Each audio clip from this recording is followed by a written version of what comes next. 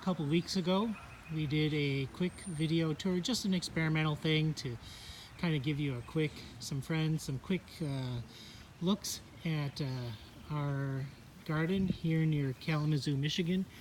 As you can see, we have a variety of different planting methods. We have straw bales, which I find really helpful for tomato plants. We have some raised beds for both watermelon, zucchini, and also for a tomato plant, a couple tomato plants out in the back. In the far back there, we have a Better Boy, and over here we have a dwarf Goliath, which is doing fantastic. And let's go inside. Just open up the gate here. Right here we have a couple of Sun Gold cherry tomatoes, which are doing really well. I find that tomatoes seem to do really well in straw bales. We've got a few Brad's Atomic grape tomatoes, which seem to be doing really well. As you can see, we're actually starting to get fruit here on June 10th. A little water reservoir for insects, predators, wasps and such to get a drink. Try to encourage them into the garden. Aromas, which are starting to flower. Always like to tickle the toms to get them pollinated, especially in the early days when the bees aren't quite out. Just do that and it helps to pollinate the tomatoes. This bed here, or this container, was supposed to be fava beans, but apparently we have some volunteer sunflowers, which apparently the birds helped start last year. Potato plants, always like doing potatoes in in bags. And here are some more sunflowers. About the only thing we have that's actually planted in the ground. And you might notice that there is some distance between our yard and the raised beds. That's to keep away predators. Seems to work pretty well. Over here we got some more sunflowers. And here is an amazing plant. This is a dwarf Goliath, which has a stem like a tree trunk.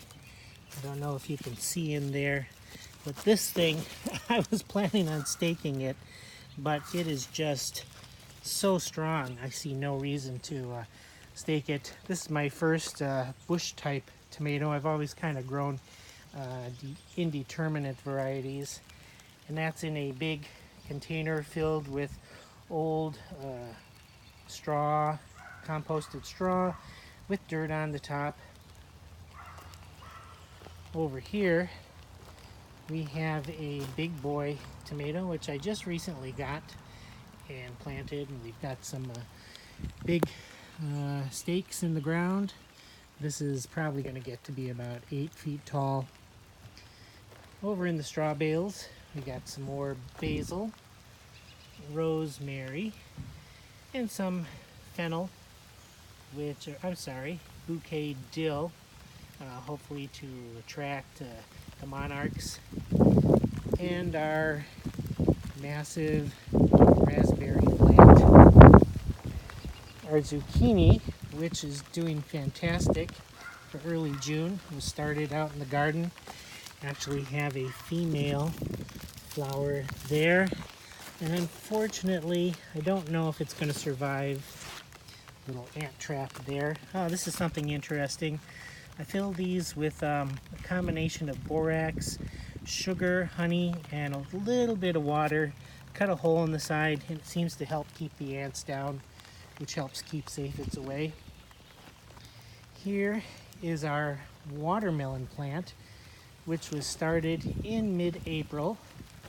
Believe it or not, outdoors, and seems to be doing fantastic.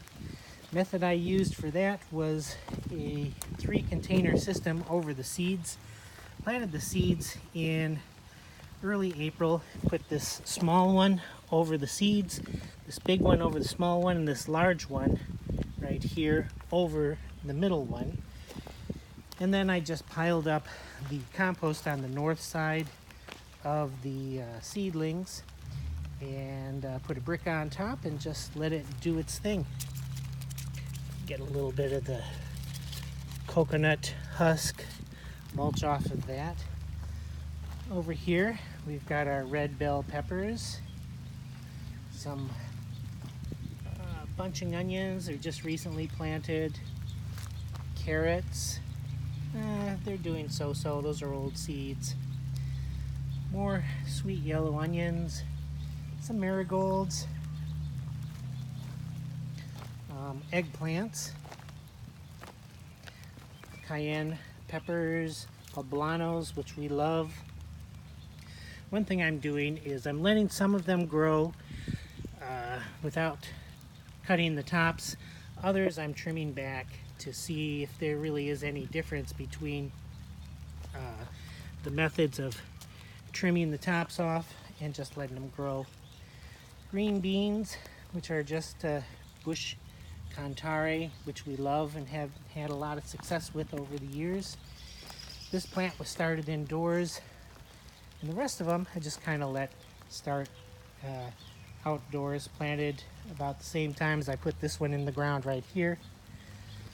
Over here we got some larkspur, some lupines, and the zinnias, which are just taking off, just to kind of attract the pollinators and add a little beauty to the garden. Our cucumbers, wow, they're just taking off. And the sweet peas, or not sweet peas, the sugar snap peas, which are growing massively and kind of taking over their space. And our onions, some more onions over here. I think the peas are kind of taking over the space of the onions, but hopefully they'll both survive. In any case, this is our garden, what's going on right now, and hope you enjoyed the little tour. If you have any questions, please feel free to leave them below. Thanks.